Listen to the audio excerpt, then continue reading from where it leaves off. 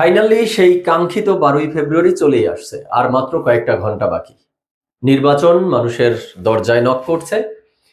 যদি বড় ধরনের কোনো দুর্ঘটনা বা অঘটন না ঘটে, তাহলে 12ই ফেব্রুয়ারি নির্বাচন এখন কনফার্ম দেয়া যায়।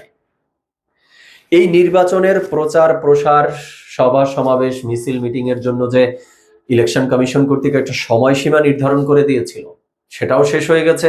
ইলেকশন কমিশন কর্তৃক নতুন করে যে নির্দেশনা এসেছে, বলা হচ্ছে 10 থেকে 14ই ফেব্রুয়ারি পর্যন্ত সারা দেশে সকল ধরনের সভা সমাবেশ, মিছিল মিটিং নিষিদ্ধ। আর ঠিক এই সময়ে সকল রাজনৈতিক দল, রাজনৈতিক দলের নেতাকর্মী, সকল দলের ভোটার বা এক কথায় সকল পেশা শ্রেণীর মানুষের মধ্যে আলোচনার কেন্দ্রবিন্দু 12ই ফেব্রুয়ারির নির্বাচন। এবং সেটা দুটো বিষয়ের উপরে বেস করে আলোচনা হচ্ছে। একটা বিষয় হলো 12ই ফেব্রুয়ারির নির্বাচনের মধ্য দিয়ে কোন দল জয়ী হতে যাচ্ছে, সরকার গঠন করতে যাচ্ছে, কোন দলের ফিল্ড কি অবস্থায় আছে, কোন দল কতটি আসন পেতে পারে ইত্যাদি। এবং এই বিষয়ের আলোচনায় আরো ইন্ধন জুগিয়েছে বা একটা টান টান উত্তেজনাকর পরিস্থিতি তৈরি করেছে কয়েকটা জরিপের ফলাফল। বেশ কিছু প্রতিষ্ঠান কর্তৃক এবং বেশ কিছু মিডিয়া হাউস কর্তৃক জরিপ চালানো হয়েছে, সেই ফলাফলগুলো সামনে এসেছে। আর দ্বিতীয় নম্বর বিষয়টা হলো ওই 12ই ফেব্রুয়ারির নির্বাচন অবাধ, সুষ্ঠু, নিরপেক্ষ হবে কিনা, বা এর ভেতরে কোনো ম্যাটিকুলাস ডিজাইন ওয়াইজ ইলেকশনটি ইঞ্জিনিয়ারিং হওয়ার কোনো সম্ভাবনা আছে কিনা। তো দর্শক শ্রোতা, আজকে এই দুটো বিষয় নিয়ে আলোচনা করব। চলুন ডিরেক্ট হিট দ্য পয়েন্টে। হিট দ্য পয়েন্ট নাম্বার 1, এই 12ই ফেব্রুয়ারি নির্বাচনের মধ্য দিয়ে কোন দল জয়ী হবে বা কোন দল কতটি আসন পেতে পারে, এই নিয়ে যে জরিপগুলো এসেছে, আমরা দুটো গুরুত্বপূর্ণ জরিপের ফলাফল একটু দেখার চেষ্টা করি। চলুন, কারণ এই দুটো জরিপ মোটামুটি একটা গ্রহণযোগ্যতার স্থানে আছে বলে মনে হয়। একটা হলো ইএএসডি প্রতিষ্ঠান, তাদের কর্তৃক জরিপ।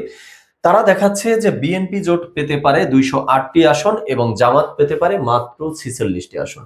মানে বর্তমান বিএনপি এবং জামাতের মধ্যে একটা বড় ধরনের ডিস্টেন্স দেখাচ্ছে এই প্রতিষ্ঠানের জরিপ।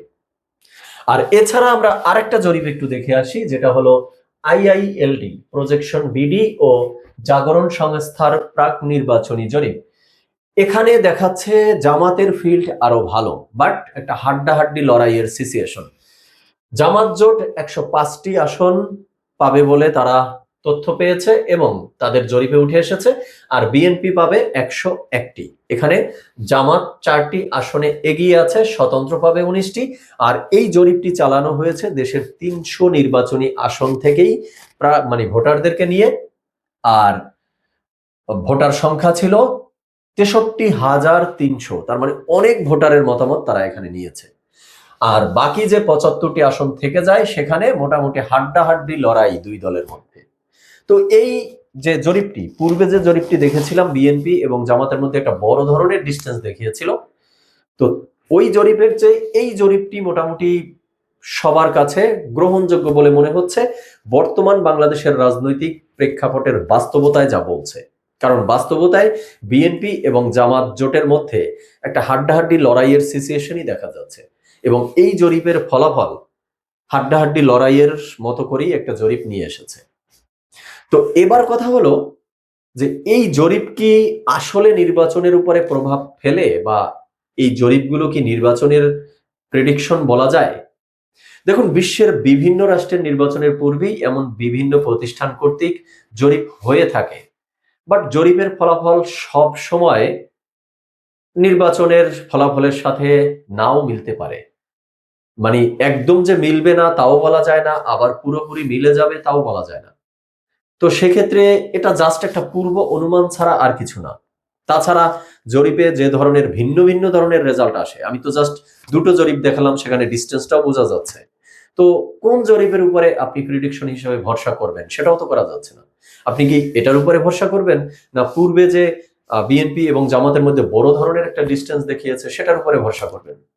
তাই জরিপের উপরে ভরসা না করাই ভালো। দেখা যাক আসলে কি হয়। এবার আসি হিট দ্য পয়েন্ট নাম্বার 2। 12ই ফেব্রুয়ারির নির্বাচন অবাধ, সুষ্ঠু, নিরপেক্ষ হবে তো? তলে তলে মেটিকুলাস ডিজাইন দ্বারা কেউ ইলেকশনটিকে ইঞ্জিনিয়ারিং করতে চাচ্ছে না তো? বিভিন্ন মহল থেকে, বিভিন্ন রাজনৈতিক দল থেকে এই অভিযোগ উঠছে, এই আশঙ্কা, এই অনিশ্চয়তা দেখা দিয়েছে। এই আশঙ্কা যে অমূলক বলে ফেলে দিব সেই সুযোগও নেই, কারণ অনেক তথ্য প্রমাণ, অনেক লক্ষণ সামনে চলে এসেছে যে ইলেকশনটা ইঞ্জিনিয়ারিং হতে পারে। তো চলুন সেই লক্ষণগুলো আমরা একটু ধারাবাহিকভাবে তথ্য প্রমাণ সহকারে দেখার চেষ্টা করি। এনসিপি নেতা আসিফ মাহমুদ সজীব ভুঁইয়া অভিযোগ করেছেন, প্রশাসনিক রদবদলে বিএনপির সুপারিশে কাজ করছে ইলেকশন কমিশন। প্রশাসনিক রদবদল মানে হলো 64 ডিস্ট্রিক্টে যে 64 জন জেলা প্রশাসক বা ডিসি রয়েছেন তাদের রদবদল হয়েছে এক জেলা থেকে আরেক জেলায়, সেটা বিএনপির সুপারিশ অনুযায়ী হয়েছে, এই অভিযোগ তোলা হয়েছে। বাট আমরা সোশ্যাল মিডিয়ার সুবাদে, পেপার পত্রিকার সুবাদে তথ্য প্রমাণ সহকারে যেটা পেয়েছি সেটা অনেকটাই এমন যে জামাতের সুপারিশে এই ডিসিদেরকে রদবদল করা হয়েছে 32 জন, এনসিপির সুপারিশে 20 জন, বিএনপির সুপারিশে 12 জনের মতো। বিএনপির কম না বেশি, জামাতে ইসলামের বেশি না কম, আমি সেই আলোচনায় না যাই। আমি শুধু এটা বলতে চাই যে এই যে জেলা প্রধান হিসাবে সরকারি কর্মকর্তা কর্মচারী বা থানা প্রধান হিসাবে সরকারি কর্মকর্তা কর্মচারী যারা রয়েছেন, তারাই তো ওই জেলায়, ওই থানায় নির্বাচনের মূল দায়িত্ব পালন করবেন। তারা যদি রাজনৈতিক দলের সুপারিশকৃত হয়ে থাকে, তার মানে ধরেই নেওয়া যায় যে এই সরকারি কর্মকর্তা কর্মচারীদের ওই রাজনৈতিক দলের প্রতি বায়াসনেস আছে। তো এটা তাহলে অন্যতম একটা ইঙ্গিত হিসাবে দেখা যায় ইলেকশন ইঞ্জিনিয়ারিং এর। এছাড়া আমরা আরেকটা বিষয় দেখেছি, গতকালকে ইলেকশন কমিশন থেকে হঠাৎ করে নিয়ম করা হলো যে ভোট কেন্দ্রের একটা নির্দিষ্ট সীমানার মধ্যে কেউ মোবাইল ফোন নিয়ে ঢুকতে পারবে না। তো এটা নিয়ে সকল রাজনৈতিক দলই কিন্তু এই ইলেকশন ইঞ্জিনিয়ারিং এর অভিযোগটাই তুলেছে। তো সকল দল যখন অভিযোগটা তুলেছে তখন ইলেকশন কমিশন এই ডিসিশন থেকে সরেও এসেছে।